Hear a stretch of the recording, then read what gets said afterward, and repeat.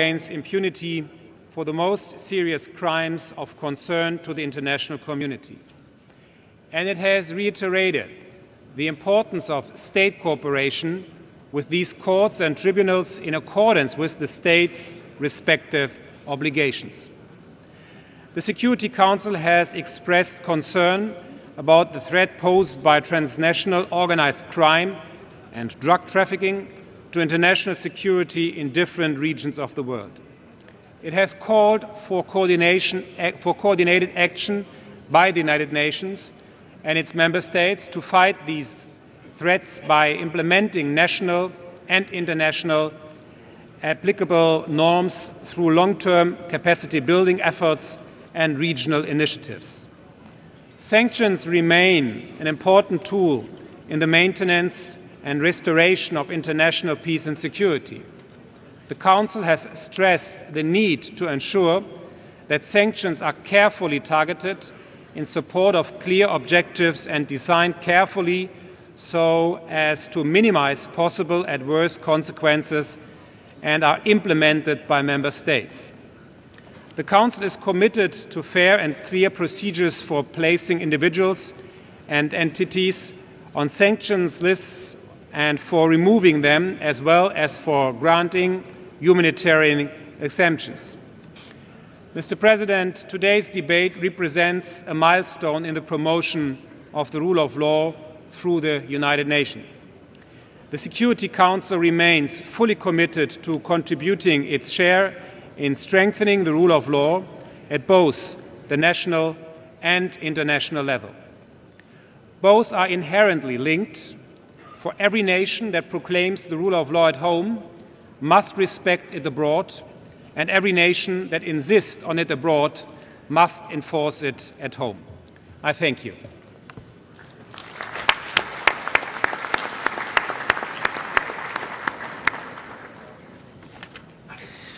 I thank the President of the Security Council for his statement.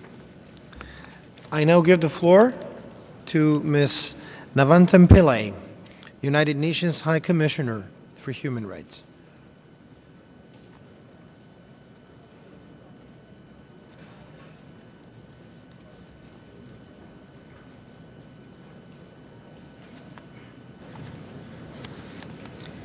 Mr. President, distinguished members of the General Assembly, Excellencies, ladies and gentlemen, the rule of law constitutes the backbone for the legal protection of human rights.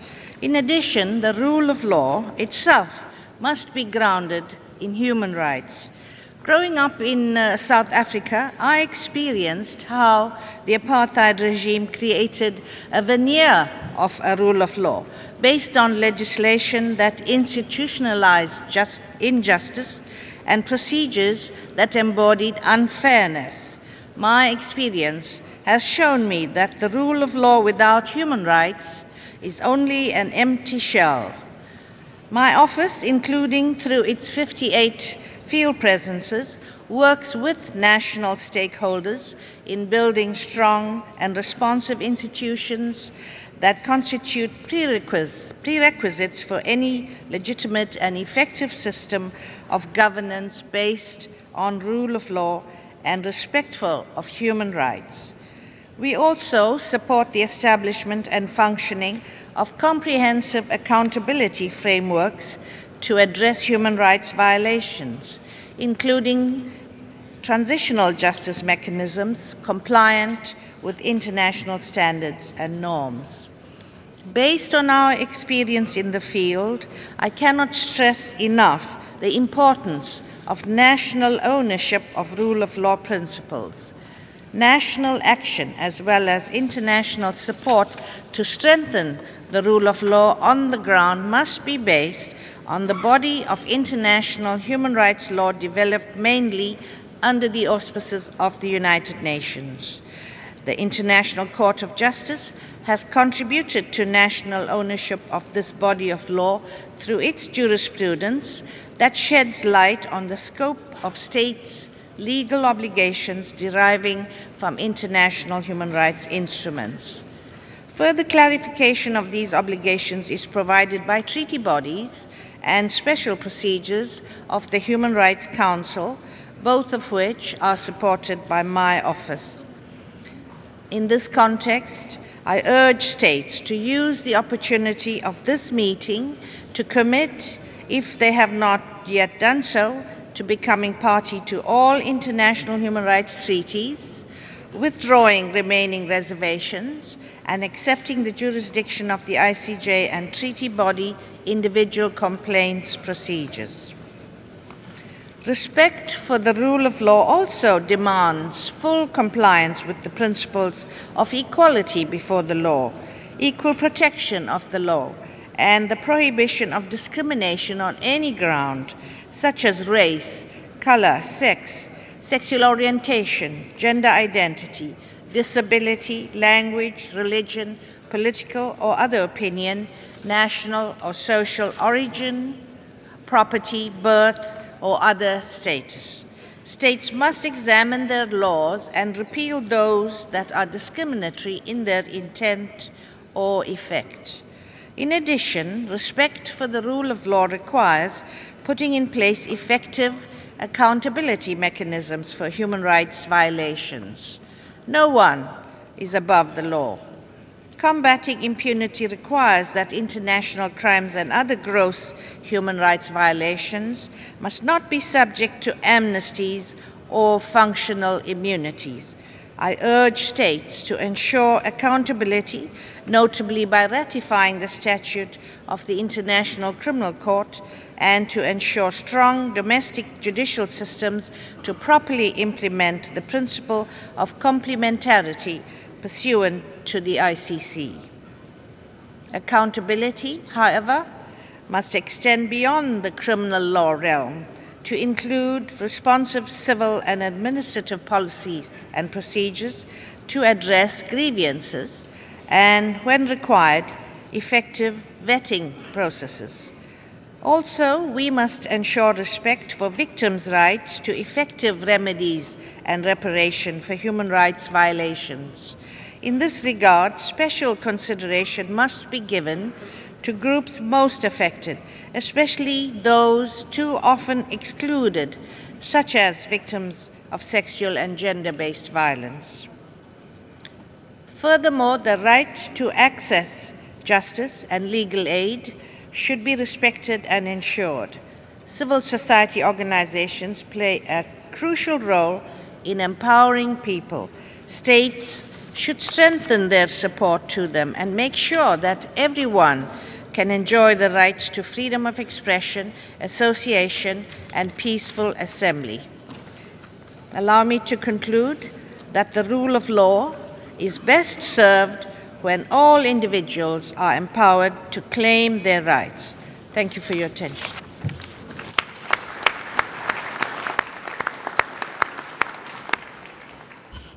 I thank the United Nations High Commissioner for Human Rights for her statement. I now give the floor to the Administrator of the United Nations Development Program, Mrs. Helen Clark.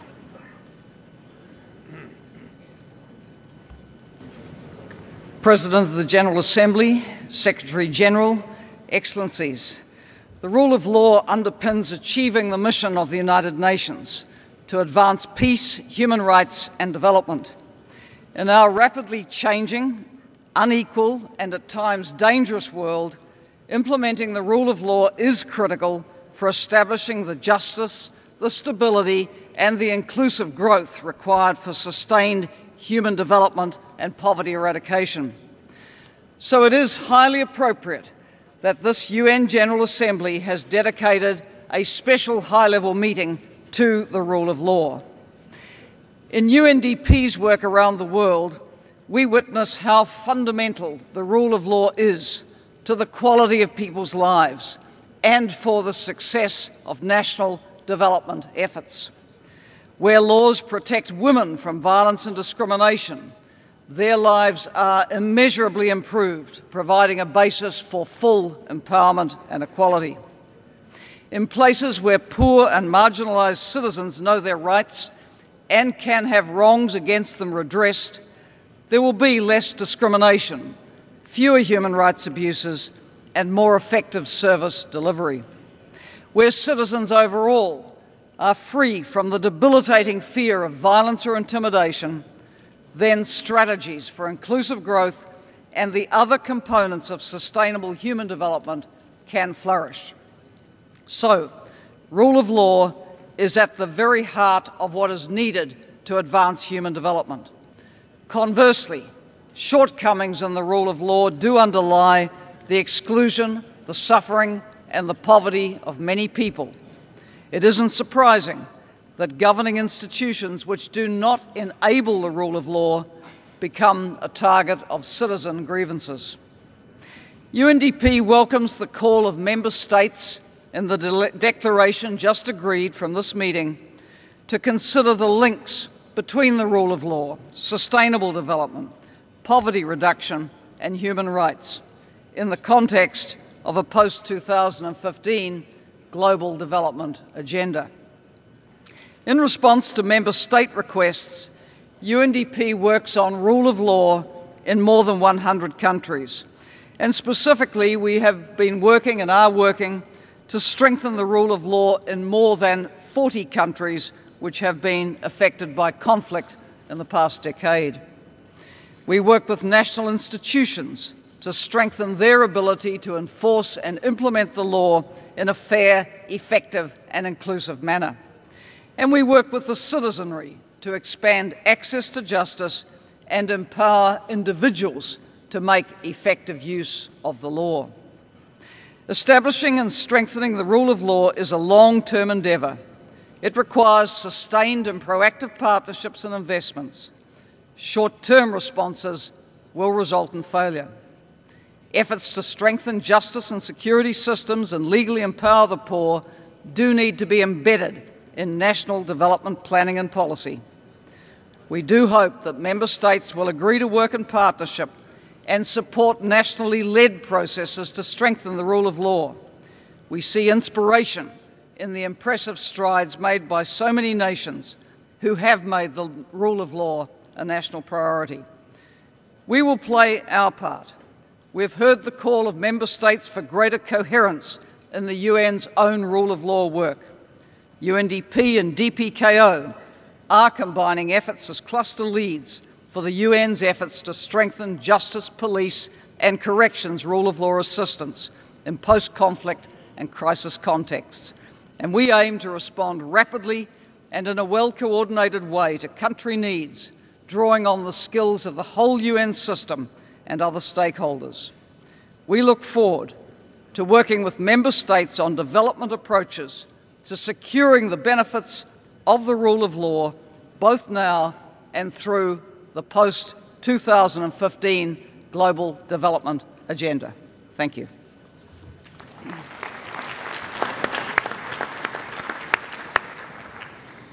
I thank the Administrator of the United Nations Development Programme for her statement. I now give the floor to the Executive Director of the United Nations Office on Drugs and Crime, Mr. Yuri Fedotov.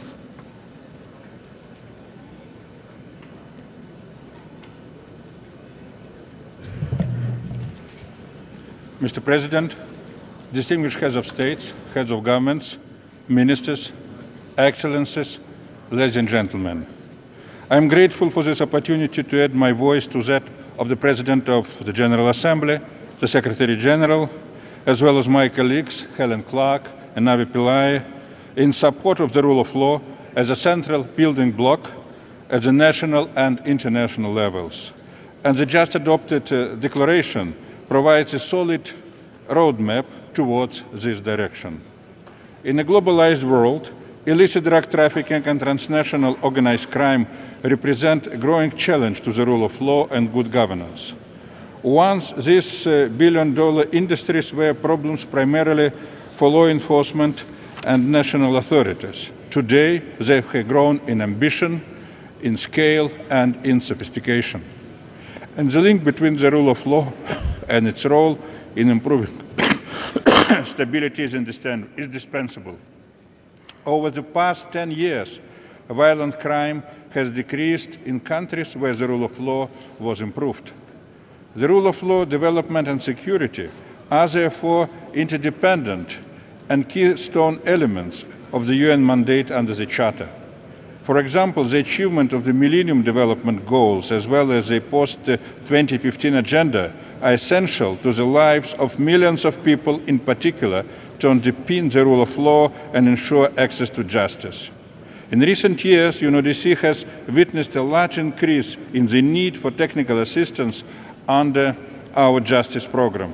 Our country programs and regional programs undertake a wide range of practical activities, including policy reform, strengthening prosecution services, access to legal aid, as well as human rights, justice for children, among many others.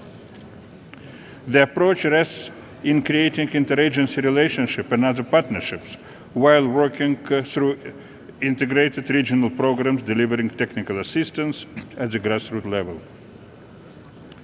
As the UN Office specifically mandated to promote the UN Convention on Transnational Organized Crime and its protocols and UN Convention Against Corruption, we need to assist Member States in full implementation of these legal instruments.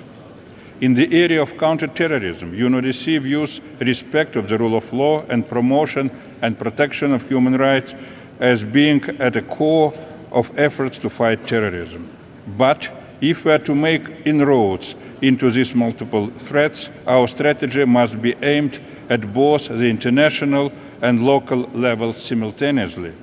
The local must be connected to the global. We also need to develop a collective vision of what the criminal justice system in the early 21st century looks like.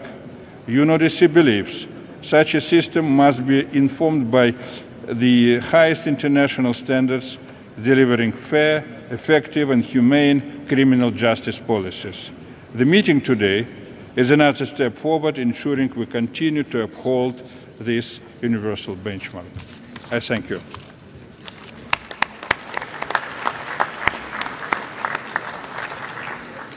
I thank the Executive Director of the United Nations Office on Drugs and Crime for his statement. We will now continue the high-level meeting on the General Assembly and the rule of law at the national and international levels. Before we begin the list of speakers, I would like to turn to some organizational matters pertaining to the conduct of the meeting. The list of speakers was created on the basis that statements will have a time limit of up to 5 minutes per statement. In the light of that given time frame, I would like to appeal to speakers to deliver their statements at a normal speed so that interpretation may be provided properly. To assist speakers in managing their time, a light system has been installed at the speaker's rostrum. May I appeal to all distinguished speakers for their cooperation in observing the time limits of their statements, so that all those inscribed on the list of speakers for a given meeting will be heard at that meeting. Finally, in order to avoid disruption for the next speaker, I would like to seek the cooperation of distinguished delegates to remain in their seats after a statement has been delivered.